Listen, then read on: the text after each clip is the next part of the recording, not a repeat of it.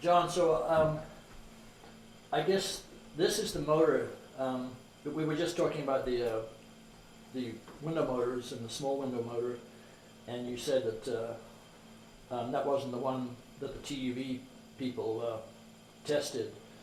So I guess this is the motor. Is this the motor that the TUV? This is the TUV motor. This is the test that the German engineers tested and took back the batteries with them. This is the motor where Tom Bedini was standing there through the whole test. And it's quite an interesting story. When I first put this one motor together, I wanted to make a motor that you could, in other words, we had the monopoles all along. We had the Watson type motor, and we had this one that was under glass that we just viewed. And they didn't believe that it was actually charging the second battery while it was running. So you're pulsing it with the small battery and charging the big battery. Yeah, what's happening is this is a monopole motor. I can stop this. This is an all North Pole motor. I can show that by the indicator. You can see that the poles are not going to change.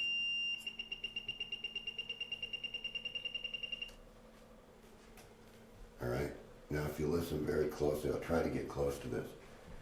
What you're going to hear is you're going to hear the oscillator come on, and then you're going to hear this slight, and that's when it dumps the charge to the battery. So here, listen.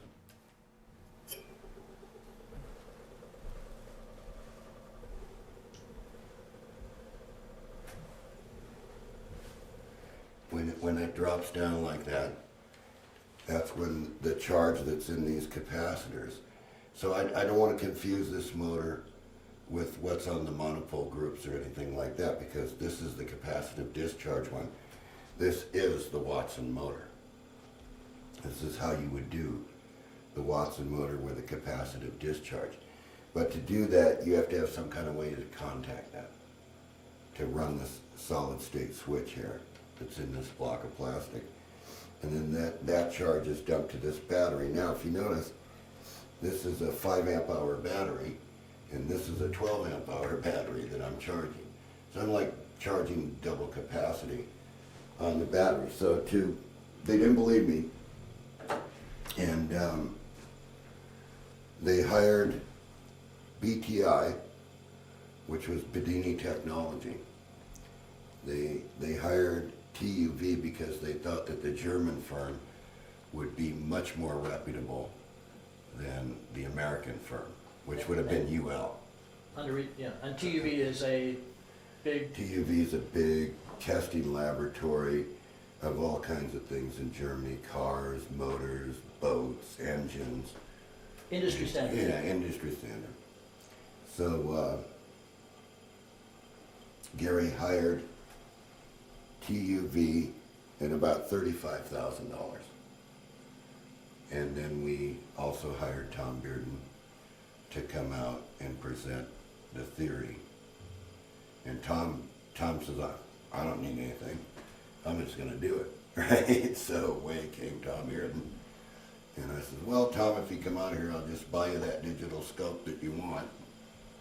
And he came out, and we bought him the scope, and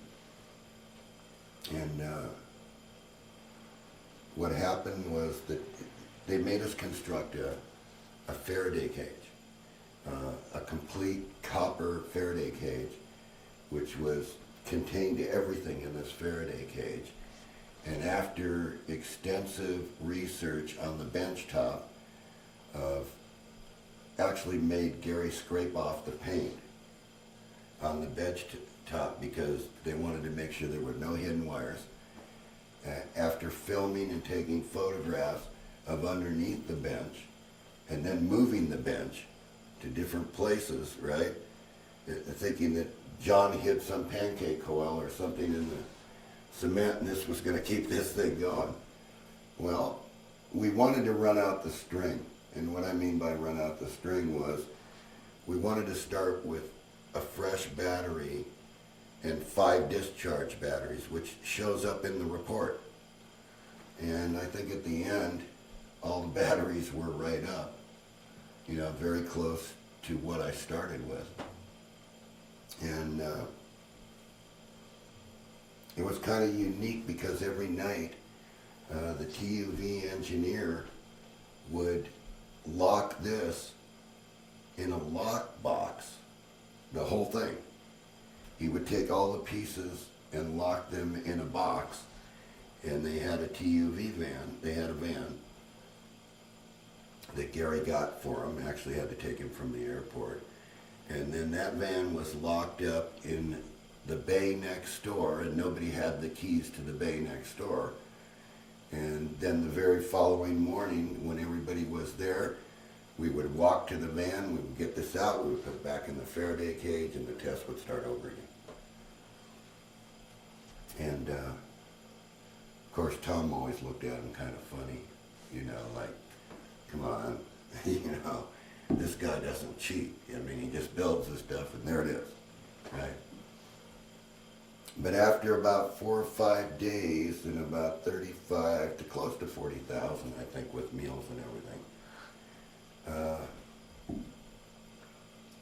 he left with his report. He had an analyzer that showed the power being put into the motor and then what was being discharged into those batteries that were dead. Now he took the batteries, he left one of the little batteries charged, and he took the other 4 others or 5 others, and he took a quartz bulb, a 500-watt quartz bulb, and he took them right to 0. In other words, he didn't goof around with it. He took these per batteries. I mean, they just went right to 0, you know. And then after it was at 0, he disconnected the quartz bulb and let him sit for a half hour, and then he connected the quartz bulb back up because he drained every bit of energy out of these second batteries. And he then proceeded with the test. He started with 1 battery, and then all of a sudden, Tom Bearden was always sitting in the chair smiling, you know, because he knew what was going to happen with this machine, right? And he said, I said to him, I says, well, look, Tom, they're almost at 14.5 volts. It's time to stop this test. You know, and the TUV engineer said, no. And then what was remaining in this battery, because this motor quits at 9 volts. So we had it set to quit at 9 volts. So when the battery got down to 9 volts, the test was over. If you didn't charge all those batteries by the time this got to 9 volts, which is like, you know, nothing, right? And so when this one was at 9 volts, the test stopped. He took that battery, hooked the quartz light on that battery, and brought it to 0, right? Mm-hmm. And then he took one of the batteries from the string and put it over here, right? And meanwhile, putting the 0 battery with the string, and it went like that until he depleted all the batteries, because what they were trying to figure out was how much energy is this thing actually, you know, putting out, and what are we getting out of all these batteries? Well, at the end of the test, he said, I never seen anything like this. He says, this looks really good. He says, all I need to do is just take 2 of the batteries back with me, and you know, we'll write the report, because this is a very favorable report that, you know, that this can be done now with energy systems where you can pulse this and run mechanical energy, right, like blow the fan, which it's doing right here if you put your hand here. And and meanwhile conserving every bit of energy that's coming out of this machine back into this battery. All right, and so Gary drove him to the airport, returned the van. The lockbox went back to the person that he rented it from, right? Yeah. By the way, the TUV guy is the only guy that ever had the key. Nobody else had the key to this lockbox. So what happened after that is Gary and him talked on the way to the airport. The guy says, "I've never seen anything like that." He said, this is something that's like on the forefront, you know, of technology. That means we can run fans, we can run boats and things like that and conserve every bit of energy and still have a battery to get back, right? So he got back to Germany to TUV and no report came. A month went by. And then a couple of months went by, you know, and nothing came. So Gary called and Jay called. And everybody else tried to call, right? And the guy told Gary on the phone from over there in Germany, says, "We can't issue the report. We would never give out a report like that." Meanwhile, they just took $35,000 to $40,000 of our money because they were paid to do the test. You know, nobody was around this guy. I couldn't do anything, and I was sort of stuck. And I do, if we can cut for a minute. Okay, so anyway, I was into wearing hats at the time, so I'm sorry. I had a big fort on my head here, and I was explaining the inventor. And here's the TUV motor. So you can see that in the pictures, there is the German engineer. There he is. And you can see all the equipment that he has here and all the paperwork that he's working with. Of course, I'm standing there, Gary's standing there, and Frank Hensel's standing there. And if you look on the bench, you can see all the equipment that he brought with him here. And by the way, you'll notice that there's another motor he's testing at the same time in here, and that's the one that's right here. Okay. Okay. So, What year was this you did the testing? 2000. 2000, that's right. Okay, so we had Hamilton Productions is shooting this whole thing on tape. You know, this is where he's making me drain these look at the size of this little battery here. Can you get a good shot of that? And he's making me drain these batteries with this quartz light. And notice the cage. Everything's grounded. Okay. Everything's inside the cage. Like mosquito netting. Yeah, I actually had to pick up the cage. They moved the cage, right? And Yeah. you can look in here. They wanted everything, and there's the scope reading what the battery is that's being recharged. Yeah. You see, it's already got enough there. The results. So there's the results. 13.3, not depleted yet, right?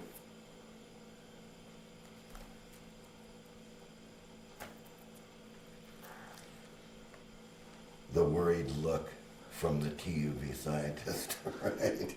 So there he is marking the batteries. And notice that the window motor is also here. That's this one over here. And more results. So all these batteries now are at 13.3, right? Which the TUV engineers consider charged at 13.3. The discussion. Is that you and Gary? And That's Gary, myself, and Frank Hensel. That's David Hamilton. Notice what's in the background back there, the motor that ran all those years. Right. He wasn't allowed to test it. And the worried look after the test. What was his name again? Frank Hensel. Frank Vincent. So there you go, Tony, for you. So when you talked to him on the phone a couple of months after the test, was he kind of apologetic at all? No. Just No, typically he was very, reti- very No, journal. the thing was that he said that his boss would never allow him to write a report like that, and that we were wasting our time to try to ever bring anything out like this, and that he was retiring. He had a couple of weeks to go and he was retiring. Of which he said to me on the phone, he said, just personally between you and me, they won't let me write the report. Of course, I had no proof, so. So what happened to the Hamilton film? Oh, we have the Hamilton film. Yeah. We have the whole test of which Tom Bearden, I have that film. yes, Okay. and Tony did get the film. Okay. So, So whatever he says about the report, the results are documented. yes, Yeah. Yeah, I have 8 hours of TUV tests. yeah, they were all, and the batteries came right up. I mean, Yeah. this guy took them, made me take them to zero. Yeah. Yeah. I said, well, you're gonna damage the lead acid cells if you pull them down that low. They're not. Oh, no. These are deep cycles. You know, they're little bitty 5-volt Yeah. lead acid cells at the, I think they But call I it. could understand for testing purposes, they'd want to test them through distraction to see, That's what they did. yeah, And when this thing brought him back all the way up, like it's doing this one right now, it's raising this one in increments, Yeah. yeah. you know, and not doing anything to this one. Yeah. You know, and then I get, since this is a capacitive discharge, based on Bearden's theory of the capacitive discharge, you can trade these two batteries. Right. Yeah, Right. so right. you can trade them because Right. you're transforming the radiant energy of this machine into capacitive energy, which is the same thing that we talked about with the Tesla switch. And so now you can trade these two batteries. Right. So that's what TUV kept doing. And that's what Watson was doing on a bigger scale, Yes, because he used a capacitive. yes, capacitive discharge. Yeah. With the groups, with the SG group, I knew that they wouldn't be able to get these cams right and the timing right and the contactors right. And so I put a diode, you know, back to the positive and then back up to the positive pole here. And it worked the same way, except that it wasn't capacitive discharge. But the two forms of energy are completely different. This machine is taking the radiant pulse and rectifying it and sending it to these capacitors over here. So if you put a neon light here, it'll light these capacitors with 90 volts of power. And then this is the electronic switch in here that works from these contacts. And then it dumps it, and that's why I wanted you to hear Yeah. it start out. Yeah. You could hear it. Yeah, right. And that's each time the dump occurs. Right. And if you look at this meter, the needle now is just a little bit above where we started at, and will continue to rise. Yeah. You know, but this takes a long time because we're only talking about minute little currents here, and we were talking about little batteries. That's a big battery. You know, this is 5 amp hours, and this one over here is 12 amp hours. Yeah. So now we can do the reverse. You know, we can say, okay, stop the motor, reverse the two, and let's start over again. Yeah. Yeah. And then we can watch this one raise up. You know, so it's not that we ever hit anything. This is in our patents. This is in our monopole patent. under capacitive discharge. But once again, Tony, I have to point out that Tom Bearden is responsible for this. You know, it's based upon his theory.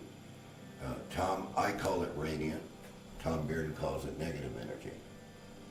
Tesla called it radiant, so, you know, I'm calling it radiant energy. Yeah. So, that's what happened.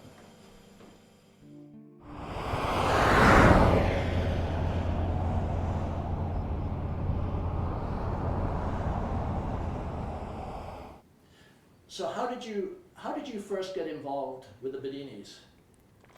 I was introduced to the Bedini boys because their dad, Alex, was a patient of a friend of mine who was an oral surgeon.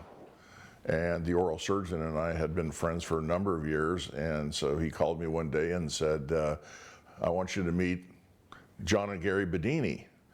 And he said they've got some audio technology that's very interesting. And I said, sure. So I met with Dr. Tom Walsh, and we went out to their shop on Dalton Gardens, which was the first place they moved to after they came up from Sylmar. And that's when I met John and Gary, and I listened to their spatial technology and put on the earphones and did the whole surround sound, and developed kind of the fondness for the boys, and I understood inventors. And so that led from the audio thing into their energy products. That was kind of on a step-by-step basis when they started disclosing some of their John's inventions. Yeah, and these were a sort of development from what he'd already been working on in Sylmar, a linear progression from, I guess. Yeah, they brought it all with them when they came up, and so they just had actually come out of a kind of a negative situation. They got in the hands of some less than honorable people, and with a company called Gamma, and so they decided to, and I think the earthquake scared them away too. So, and Alex was up here and their family, so and Coeur d'Alene was a very nice place for them to live. Yeah, Alex, didn't he own a restaurant as well, or was he involved? Yeah, he and his wife operated a small Italian restaurant on 4th Street. It was a family-owned operation. It only had about 10 tables. It was always full. Alex did all the cooking, and his wife helped. And that was a fun place to go. It was a family place. So, okay, so you got a whiff of what. How long did it take you to kind of sort of get what John was doing with regards to the energy? Well, not long. Yeah. Yeah, I'd been engaged in business with inventors before, so as soon as you express a little bit of interest, they're more than happy to show you what they have. And so I was open-minded and listened, and I was intrigued by John's technical expertise. Yeah. You mentioned that there was, he put something in a drum and had it go around and as a demonstration for you, or in an oil drum, or? Oh, that was early on. They decided they wanted to commercialize one of their products. And so they moved down onto a small facility on Celtice. And John had shown me some of these models and explained the switching circuitry and the magnetics. And so he said, well, we need some capital. And I said, that's understandable. You know, every company that's in a development stage and in new technology needs capital. And I said, well, show me what you can do with this technology, because I was a little bit skeptical, like a lot of people. So about a week later, I went back to their new facility, and he'd taken taken a welding torch and cut off the bottom of a 25-gallon barrel, and had mounted a shaft with bearings on either side, and then he had his magnetic motor and coils and had it wired up, and had 2 batteries. And so he started this motor, and it explained that it took a small amount of energy from the live battery to operate the system, and he was pulling energy off of the motor to charge the second battery. And he showed me it was absolutely dead. So there was one live and one dead battery, and he had a little LED measuring device. And when this battery started to get down to some level, he would simply switch it, then he'd use the battery that he charged, and they would charge back to this battery. So it went back and forth, and he ran it for 6 months, and finally he called me and he said, okay, I've run this for 6 months, and he said, the problem is my bearings are wearing out. Are you a believer? And I said, yeah, I'm a believer, John. So anyway, he clearly demonstrated to me, at least on a novice level, that this system that he'd put together, which it wasn't very sophisticated, but it was, obviously efficient. And he explained the issue about how a magnet does not give up its energy. You just have to know how to manage it. And so from that standpoint, I became a believer in John's energy. And then, of course, over a period of time, he explained more and more as the trust level went up. Then he would, throw out little pieces here. So it didn't take long to figure out that John was really a unique character and had technology that was had tremendous potential if it would get commercialized. It was a real game changer. So from that standpoint, I started to get involved with the company on a more intimate basis and provided them some capital and started working with them, developing a strategic business plan and just helping them from the business and marketing side. And basically, you're basically a businessman slash financier. So that what you brought to the table was basically business expertise and financing, I guess. Yeah, that was the role that I ultimately assumed, was to get involved from a financial consulting basis, because they were technically up to speed, but there were certain financing was not in their wheelhouse. I mean, they just they understood they needed money to grow, and so I provided them a blueprint and explained to them and educated to them what their options were to get capital, and more or less became their financial advisor. Yeah, and this went on over what kind of period of time would you say? Well, at least going back 20 years, back through the last 3 or 4 years, I hadn't been particularly doing a lot of work for them because I had suggested a number of strategies, and it was clear that John and Gary's expertise was as inventors and technology development, but when it came to commercialization, that was just something that was off their radar. They would say, yes, let's go develop this particular technology or this product, and we'd start down that road, and it became very obvious that almost to the point that I thought that they really wanted to hold the technology and didn't want to let it out there. So if you have that attitude, it's very difficult to monetize the technology and come up with products that you can sell and self-finance the company. Yeah, and underlying this was also probably a desire to altruistically benefit humanity to some degree, because this is clearly if it could be monetized and if it could be gotten out there, then it was clearly a very beneficial technology for the world in general, presumably. Yeah, the boys were a little bit hard to figure out. I looked at it strictly from the standpoint of a business person and a financial person and how to move the company up to the next level. And I think, in retrospect, I think that kind of concerned them a little. They didn't want to deal with the idiosyncrasies of having potential shareholders and having all that minutia out there.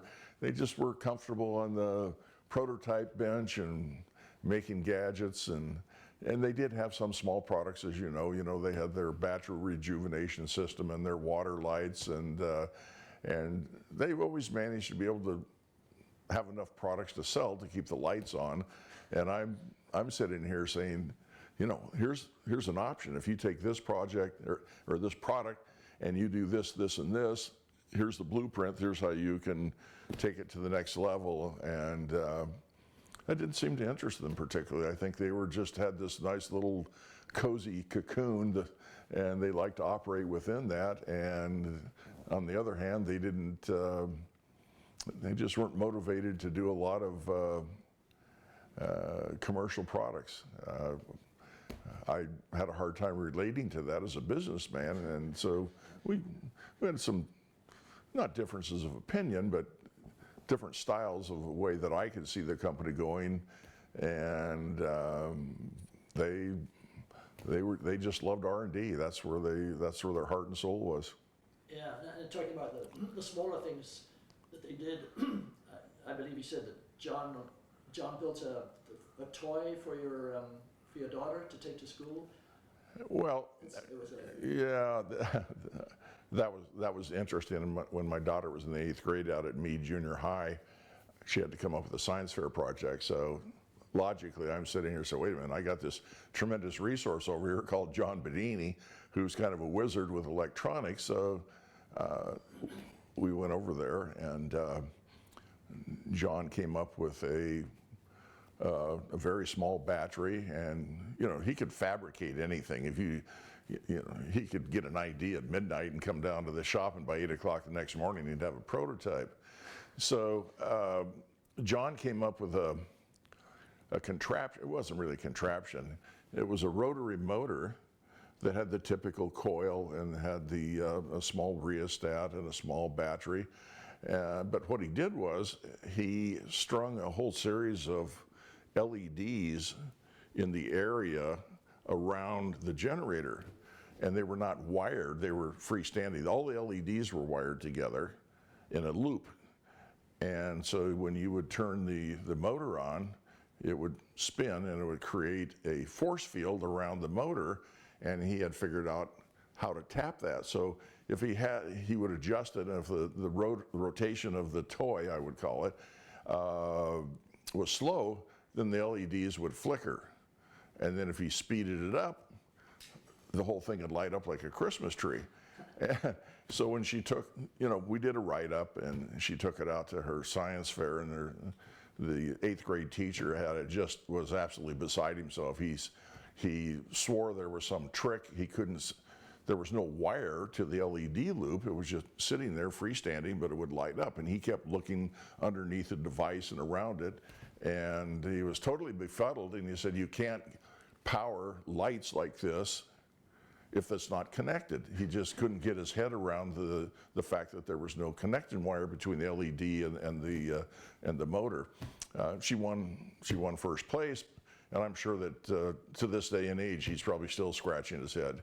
So that was kind of an interesting thing. And then, of course, she gave the motor back to John, and I think he gave it to one of his nieces or nephews, and they recycled it as another science fair project. But it certainly demonstrated how he could use one of his motors, and he could adjust the rotation, which created the energy field around it, and how he could tap into it.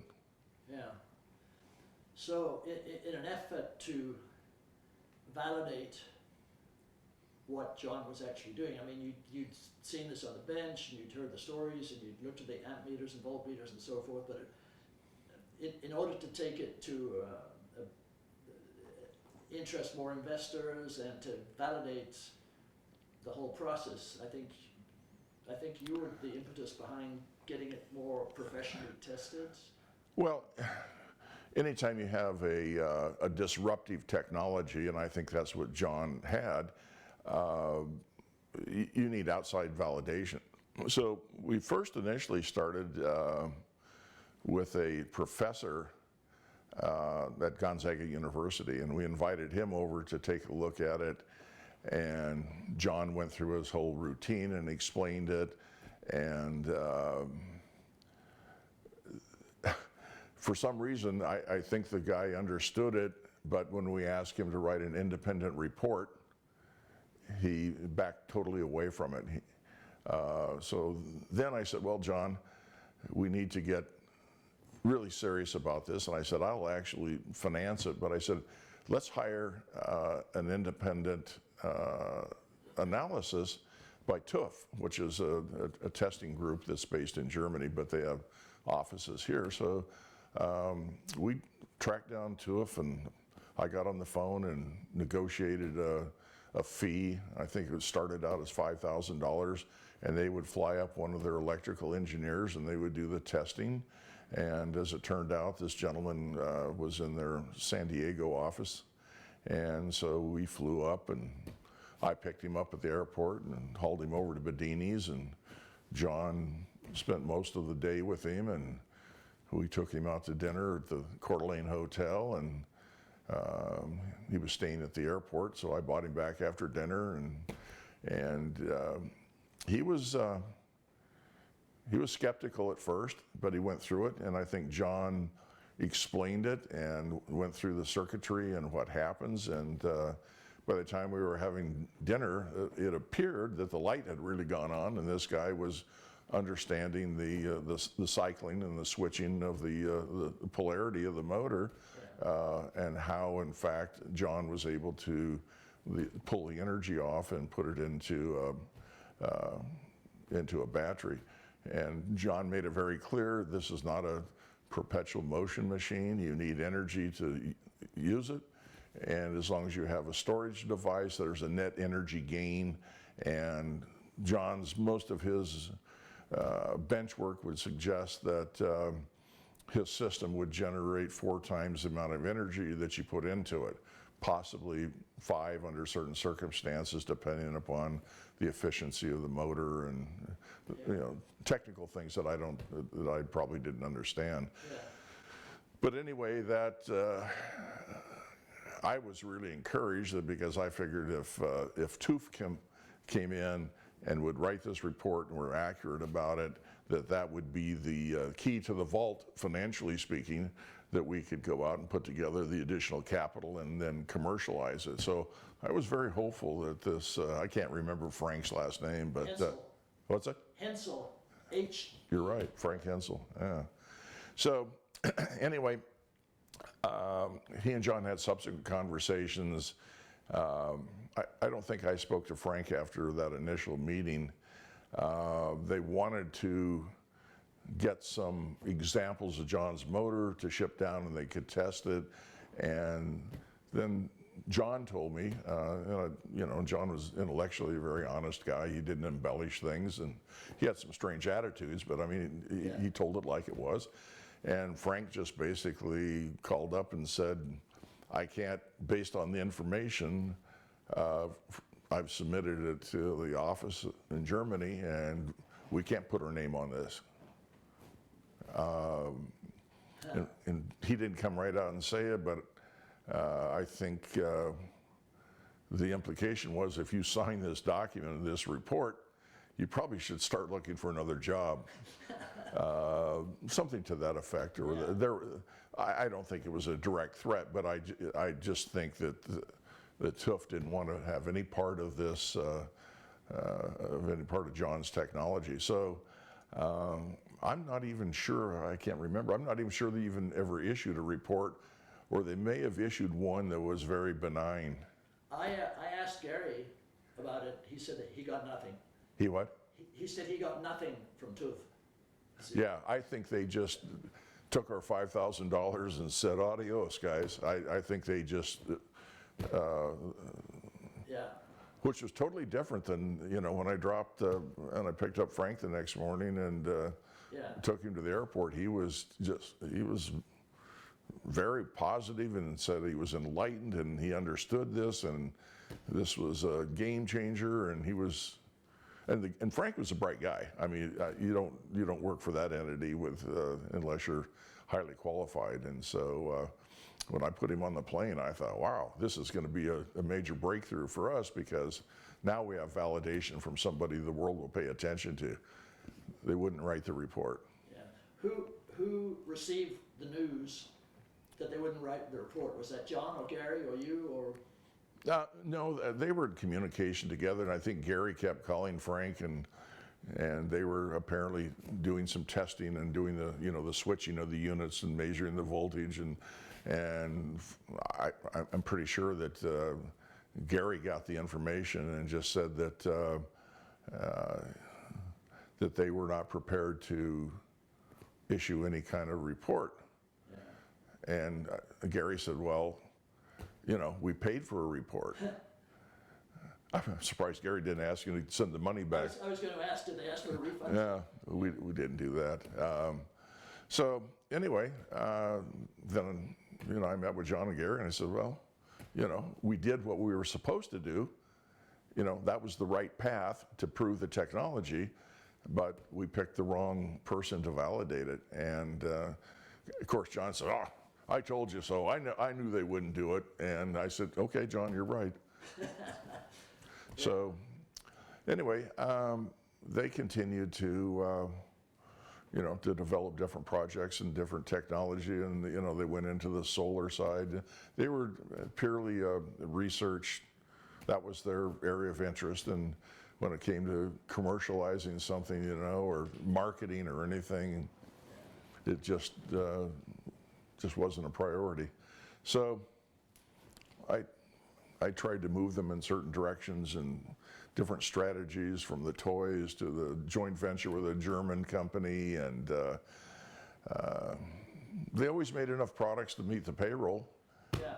And once they did that, they were fine. And I was looking for something to take it to the next level, and they were happy being R&D and selling the water lamps and the battery rejuvenators, and we'll make 10 of these, and and that was just that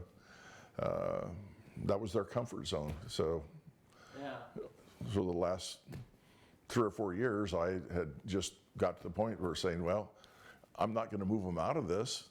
That's where they live, and for me to try to come in here and take them to the next level is not going to happen. So I just stayed as a shareholder and stayed friends, but I had committed enough time, energy, and money that I said, "Uncle."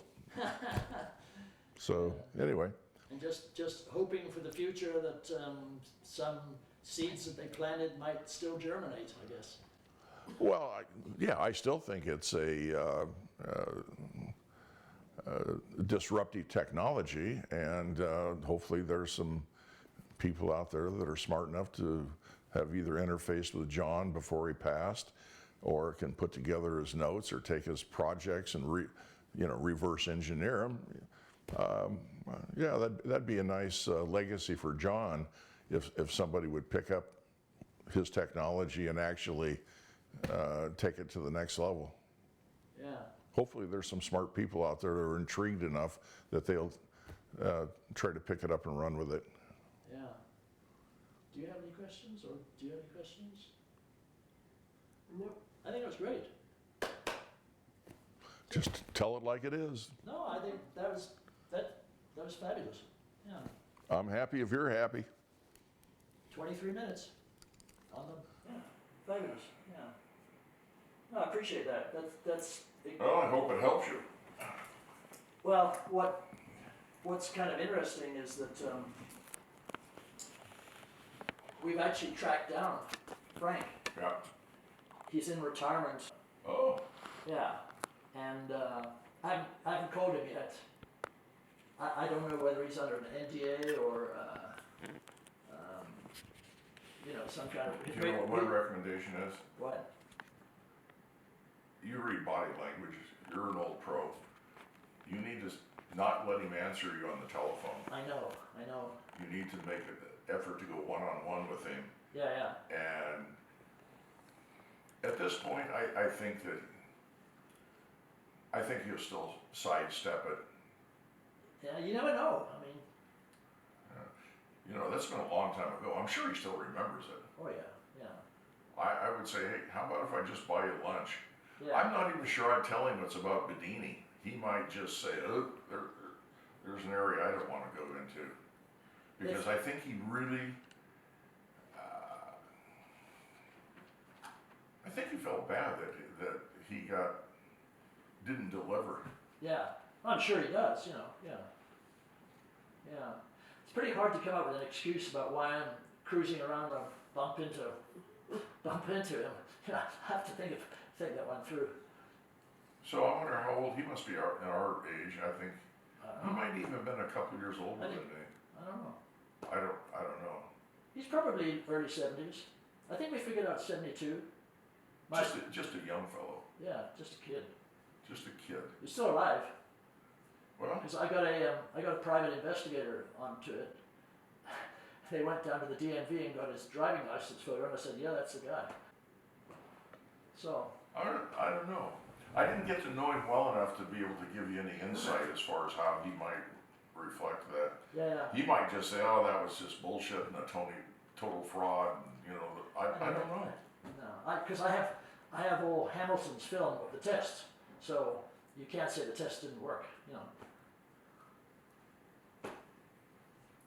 You might approach him and just say, I'd like to show you this film and see if you remember it.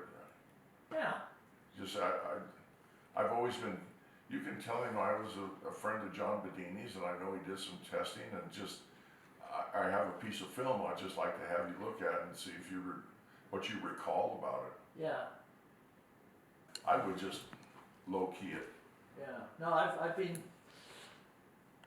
I'd thinking, be really curious to find out what he said. I'll let you know.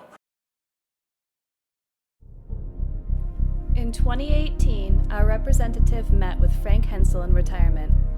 He declined to participate. In 2019, with the assistance of Jay Edington and the Bedinis, TUV in San Diego sent us the test results. There was no report included. The complete test results are attached in this DVD set. This will allow researchers to coordinate the test readings from TUV with the film to determine what the exact motor performances were.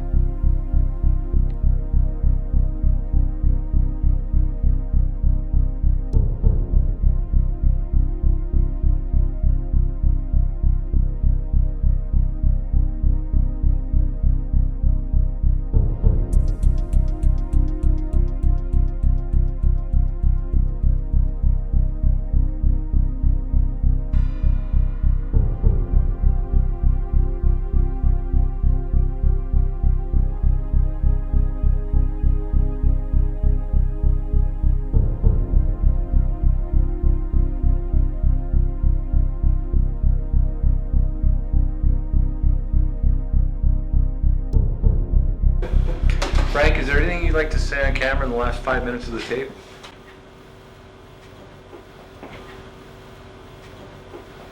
Get you the dub as soon as It's been possible. an interesting time. Okay. Thank you everybody for the inputs. And yeah, now I have to put everything together. Okie doke. I'm going to take 2 batteries, one which we charged yesterday and one which we charged today, to completely drain them and determine the amount of charge as accurate as possible. And yeah, this will be in addition giving us some data which we need. Yeah, and hopefully at a certain point in time we can have the big machine run. Very good. And charging back and forth car batteries. Okie doke. With that, I'm going to stop the tape. Concludes our test. Okay. Good deal. Thanks. Yeah. Very good.